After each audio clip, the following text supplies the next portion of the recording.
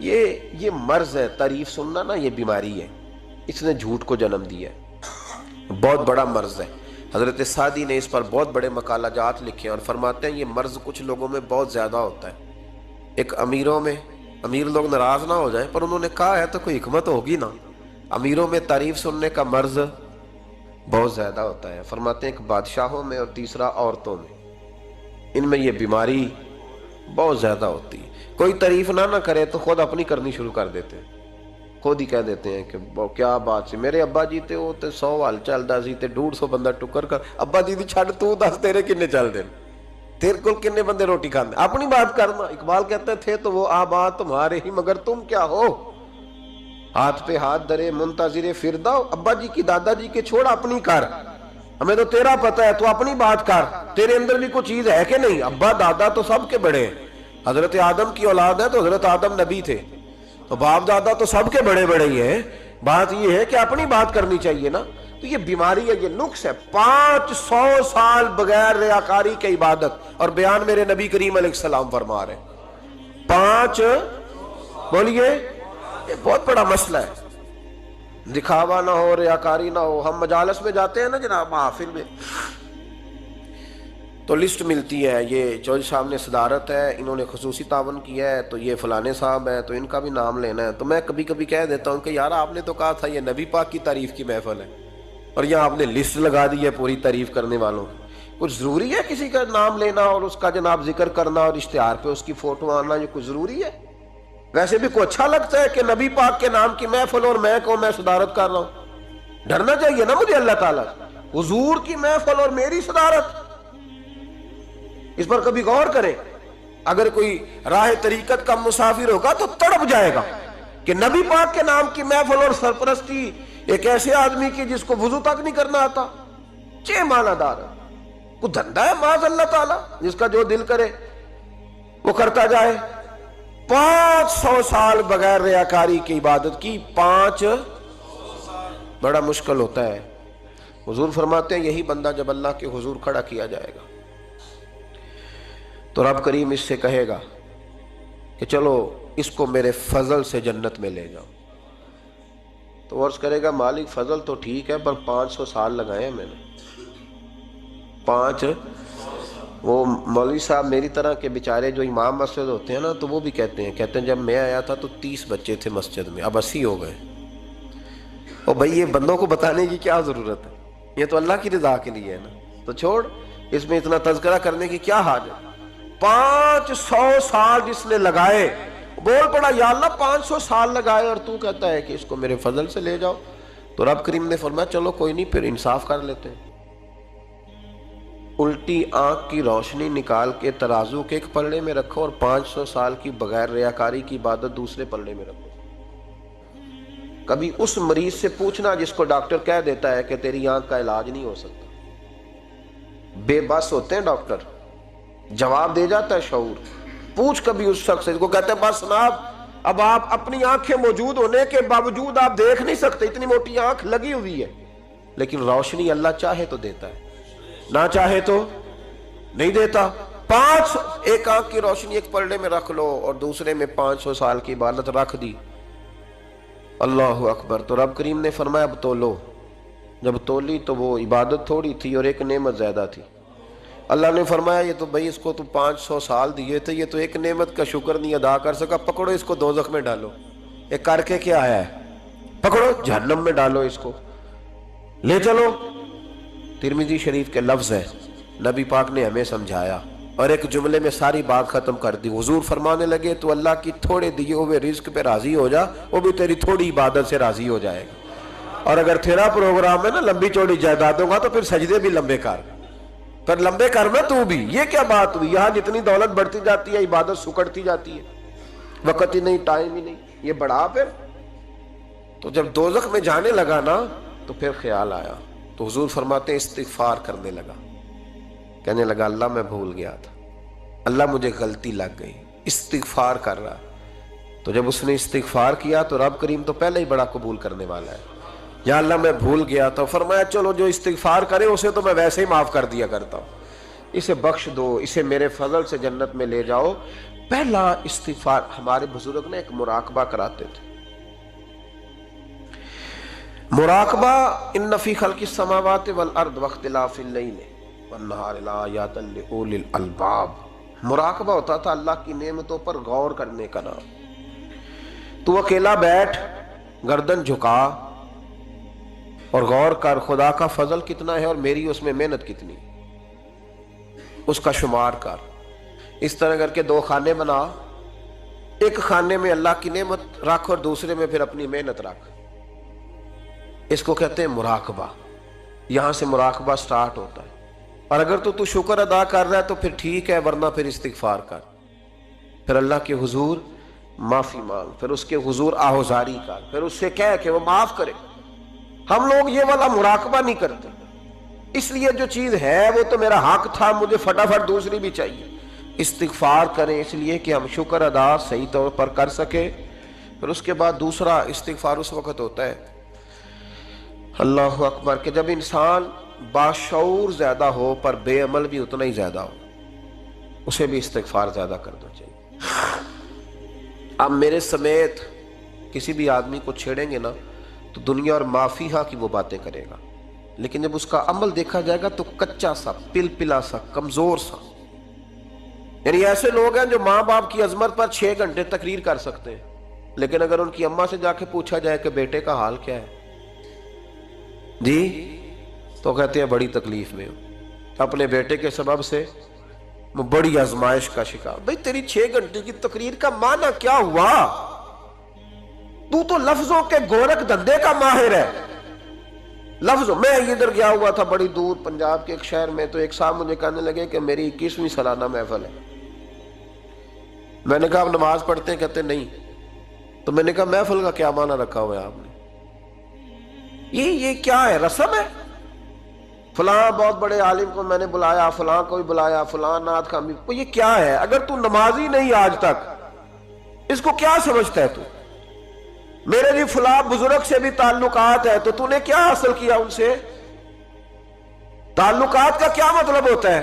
Photo آتی ہے ساتھ، اخباروں میں تصویر لگ گئی، فیس بک پہ آ گیا کہ میں ان سے ملا ہوں، اتنا تعلق ہے؟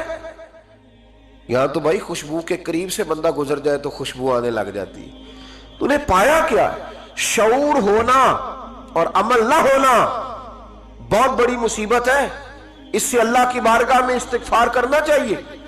یعنی انسان کو عقل ہو، پتہ ہو، خبر ہو، اور اس کے پاس دھیلے کا عمل نہ ہو.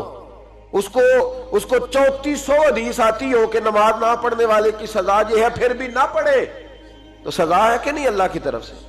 حضرت رومی رحمت اللہ علیہ فرمایا کرتے تھے بہت سارے بندوں کو اللہ سارا کچھ دیتا ہے، مسجد آنے کی توفیق نہیں دیتا. معنی یہ ہے کہ اللہ ان سے ناراض ہے. وہ کہتے ہیں کہ میں بڑا سمارٹ ہوں. تو عقل ہونا اور عمل نہ ہونا، اس پر بھی استغفار کرنا چاہیے. شعور ہو اور انسان کو عمل کی توفیق. یار ساری زندگی گورکھ دھندے میں گزر گئی لوگوں کی، لفظوں کے بڑے ماہر رہے، اور میں ایسے لوگوں کو دیکھتا ہوں تقریریں 6 گھنٹے کی، او ہو 9 گھنٹے کی تقریریں سنتے ہیں، بیٹھتے ہیں مجالس میں، نماز کا وقت آتا تو مصیبت بن جاتا، بھاگتے ہیں، جان چھڑاتے. مسجد کی حاضری 20 منٹ کی بھی صحیح نہیں دے سکتے. کیا ہے یہ کیوں بوجھ بن گیا تیرے اوپر؟ غور کر، ڈر اللہ سے. میرے نبی کریم علیہ وآلہ وسلم نے ارشاد فرمایا قیامت کے دن کچھ لوگ کئیوں کی بات سن کے جنت میں چلے جائیں گے. اللہ تعالی ہماری پردہ پوشی عطا فرمائے.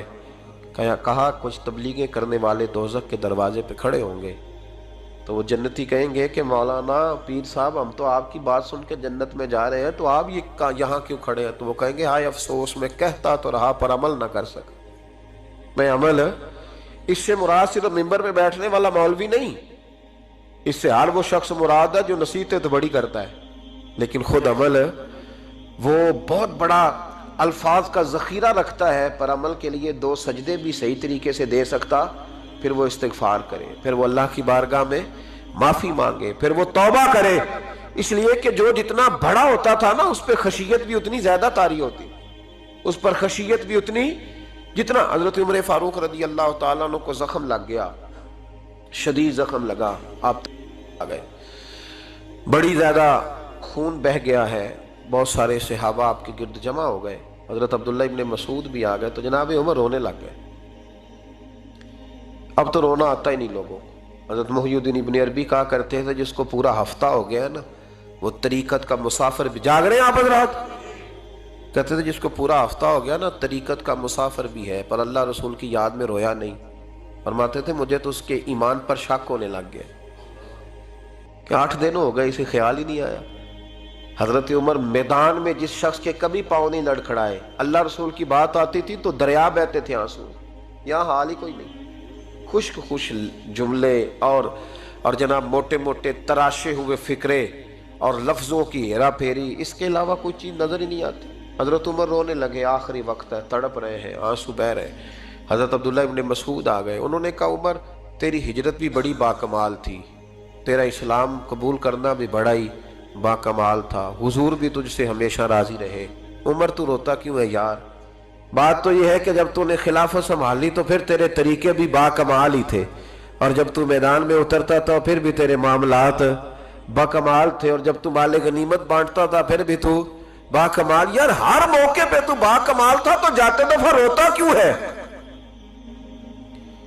ان کا استغفار دیکھو، ان کی توبہ دیکھو۔ حضرت عمر پھر رو پڑے، کہنے لگے عبداللہ لوگوں کو میری نیکیوں کا پتہ ہے، گناہوں کا تو نہیں نا پتہ۔ وہ تو میں جانتا ہوں یا میرا مالک جانتا ہے نا، نیکیاں تو سب کے سامنے، پر من آنم کے من دانم جو اندر چھپے ہوئے گناہوں کے ڈھیر ہیں وہ تو میں جانتا ہوں۔ کہا تو نے میرے کلمہ پڑھنے سے لے کر میری حکومت تک میری ساری نیکیاں گنوائی ہیں، اب دعا کر میرے لیے کہ رب میری نیکیاں اور بدیاں برابر برابر کر دے، مجھے درجہ نہیں چاہیے، بس اللہ مجھے معاف کر دے۔ درجوں کی ضرورت نہیں ہے، یہاں تو لوگ درجات لے کے بیٹھے۔ حافظ کہتا ہے کہ میں جتنے آیتیں ہوں گی اتنے میرے درجے بلند ہوں گے، پہلے درجوں والا کام تو کوئی کرنا۔ مولانا کہتے ہیں کہ نور کے ممبر پہ بیٹھوں گا، بھائی پہلے بتا نور کے ممبر کی طرف تیرا سفر بھی جاری ہے کہ نہیں؟ تاجر کہتا ہے کہ میں سخاوت کروں گا تو حضرت عثمان کے ساتھ جگہ ملے گی، پر حضرت عثمان کی سخاوت اور اپنی سخاوت کا فرق بھی دیکھ۔ مجاہد کہتا ہے کہ میں نبی پاک کے جہاد والے صحابہ کی پشت پہ رہوں گا تو پہلے اپنے کام تو دیکھ، اور جب ساری باتیں سمجھ میں نہ آئے تو پھر اللہ کی بارگاہ میں استغفار کر، پھر بیٹھ۔ بڑے لوگ استغفار کرتے، معافی چاہتے، اور یہ استغفار پھر اتنا کرم کرتا، اتنی آسانی کرتا، اس قدر بہتری کرتا کہ وہ مانگ تو اپنے گناہوں کی معافی رہے ہوتے تھے اور اللہ رحمتوں کے دروازے کھول دیتا تھا، اللہ ان پر کرم کے دروازے۔ حضرت امام حسن کے پاس ایک شخص آیا، حضرت امیر معاویہ بھی بیٹھے تھے، تو اس نے امام حسن سے آ کے کہا کہ حضور اولاد نہیں ہے، کوئی دعا کر دے۔ توجہ ہے میری بات پر؟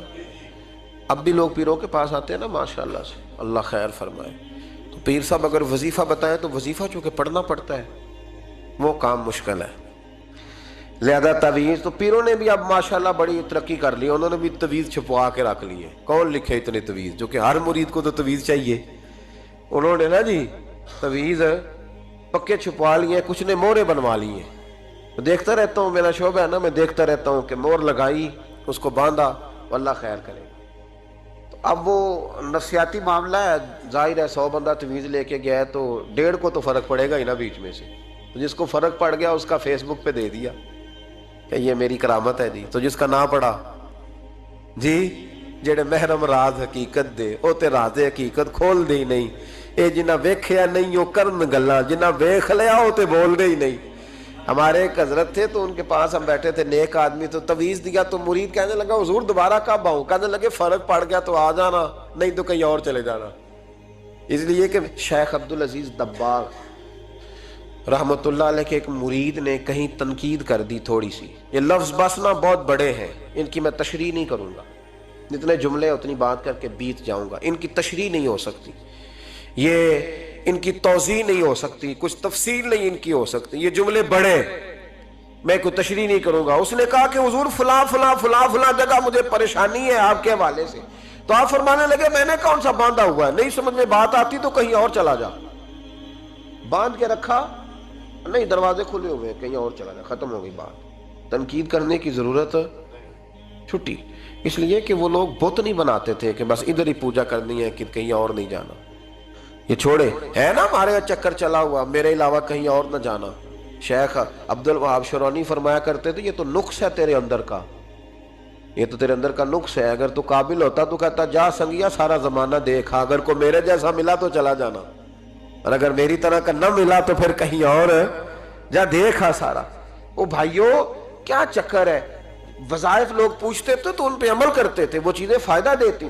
حضرت امام حسن سے آ کے وظیفہ پوچھا، اس شخص نے کہا حضور اولاد کوئی نہیں تو وظیفہ بتائے، تو آپ نے فرمایا استغفار پڑھا کر۔ کیا کر؟ اس نے کہا ٹھیک ہے۔ تو حضور پھر میں دوبارہ کب آؤں؟ تو امام حسن کہنے لگے بے اولاد ہے نا تو، استغفار کا وظیفہ بتایا نا؟ کہا ہاں۔ فرمانے لگے اب اس وقت آنا جب اللہ تجھے 10 بیٹے عطا کرے گا۔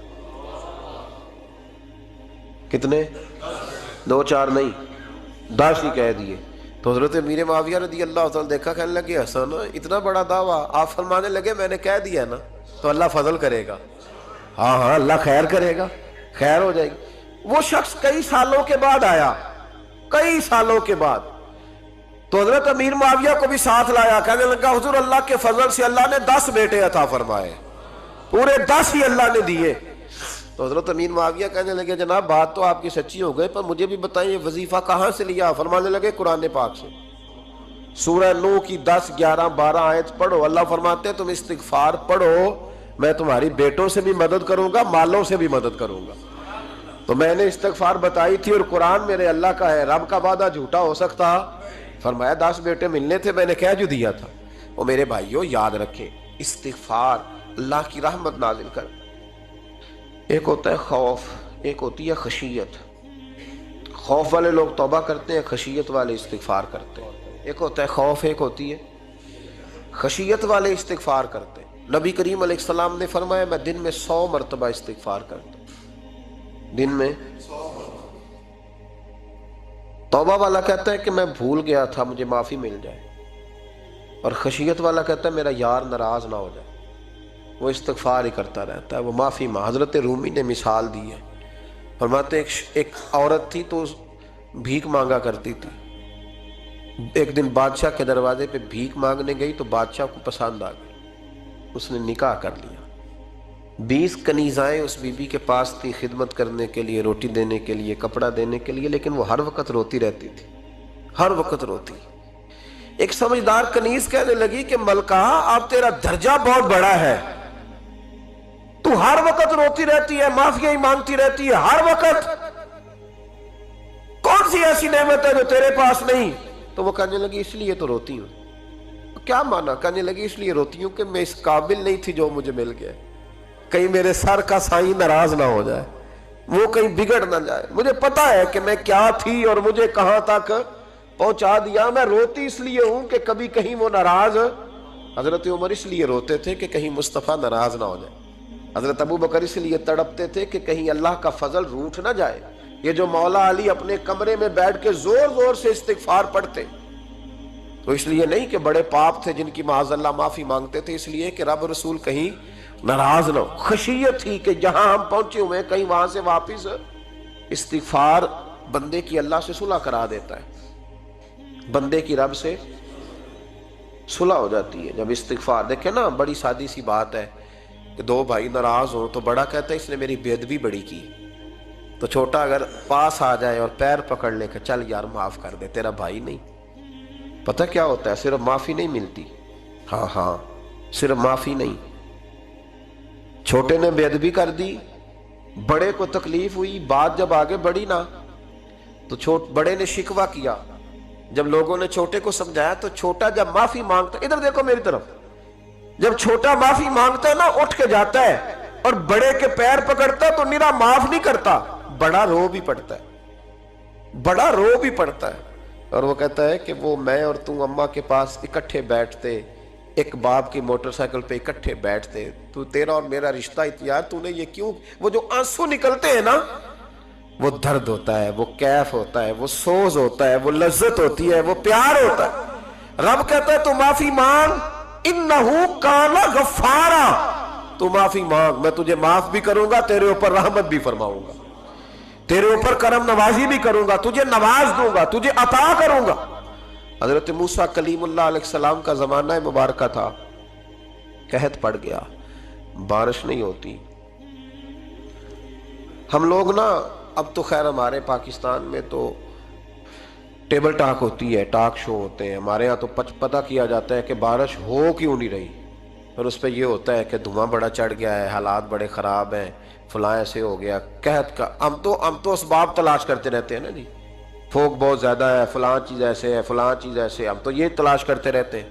وہ لوگ یوں نہیں کرتے تھے، وہ سیدھے جا کے مصلوں پہ بیٹھتے تھے، اس لیے کہ وہ کہتے تھے جب رب چاہتا ہے تو پھر کوئی چیز کسی چیز کو روک سکتی، وہ سیدھے مصلے پہ بیٹھتے۔ اعلیٰ حضرت فاضل بریلوی رحمۃ اللہ علیہ کے پاس ایک مولانا محمد حسین آئے، وہ فلکیات کے بڑے ماہر تھے، تو اعلیٰ حضرت نے فرمایا ذرا ستاروں کا حساب لگا کے دکھاؤ بارش کب ہوگی؟ کہنے لگا پورا مہینہ تو نہیں ہوگی۔ تو اعلیٰ حضرت رحمۃ اللہ علیہ فرمانے لگے کہو کہ میرا علم کہتا ہے مہینہ نہیں ہوگی، اللہ چاہے تو ابھی ہو سکتی ہے۔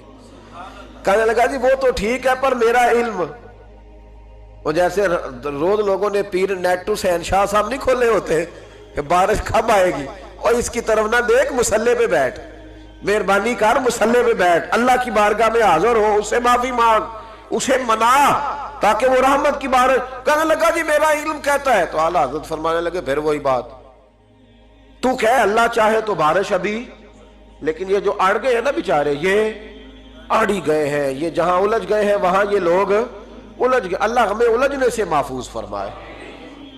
اعلیٰ حضرت اٹھے تو فرمایا ٹائم کیا ہوا ہے گھڑی پہ؟ کہنے لگا جی 12۔ تو اعلیٰ حضرت نے گھڑی گھمائی، اب کیا بج گیا؟ کہنے لگا 4 بج گئے۔ فرمانے لگے بج گئے نا 4؟ کہنے لگا جی آپ نے گھڑی گھما جو دی ہے۔ فرمانے لگے اللہ بھی جب چاہے تو ستارے گھما دیتا ہے، اللہ بھی ستارے گھما دیتا ہے بارش۔ کہنے لگا جی وہ تو ٹھیک ہے پر مہینہ نہیں ہو سکتی۔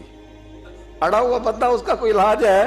جو اڑ جو جائے اس کے لیے قرآن کہتا ہے وَإِذَا خَاطَبَهُمُ الْجَاهِلُونَ قَالُوا سَلَامًا، اسے سلوٹ کرو دور سے، اسے کو تو جان اور تیرا۔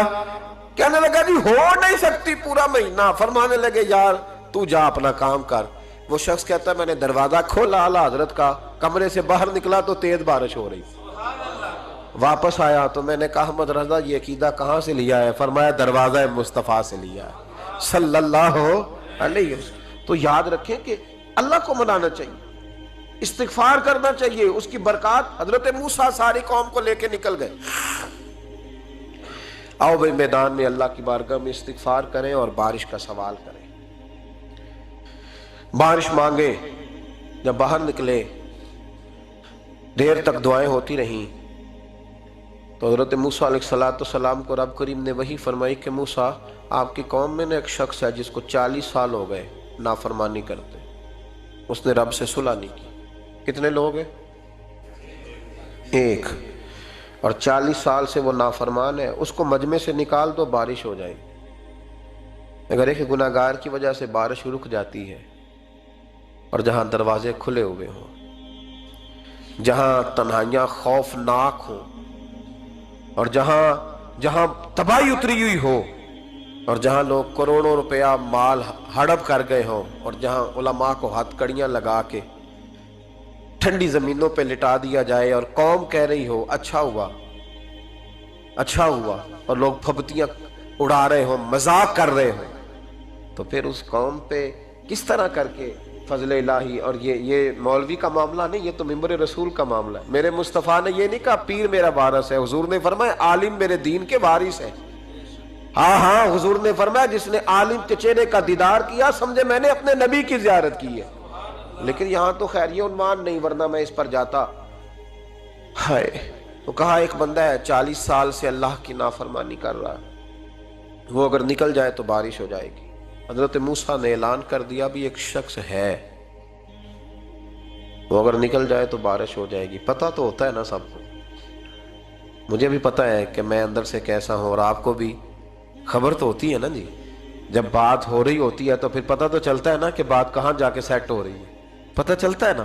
اسے بھی چل گیا پتہ، اب اندر ہی اندر رونے لگا۔ اور دیکھو امام رازی اور امام غزالی دونوں نے لکھا ہے کہ اس درد سے رویا، اس درد سے کہ ادھر والے کو بھی پتہ نہ چل جائے، مجمع کے اندر کھڑا ہے اور ادھر والے کو بھی استغفار، دیکھو ادھر والے کو پتہ نہ چل جائے اور ادھر والے کو بھی کہیں ہجوم میں غم میں بھی توہین نے ضبط غم نہ ہوئی۔ ہم اس احتیاط سے روئے کہ آنکھ نم نہ ہوئی، ہجوم میں غم میں بھی توہین نے ضبط غم نہ ہوئی۔ ہم اس احتیاط سے روئے کہ آنکھ نم نہ ہوئی، روئے بھی پر کسی کو آنسو نہیں دیکھنے دیے۔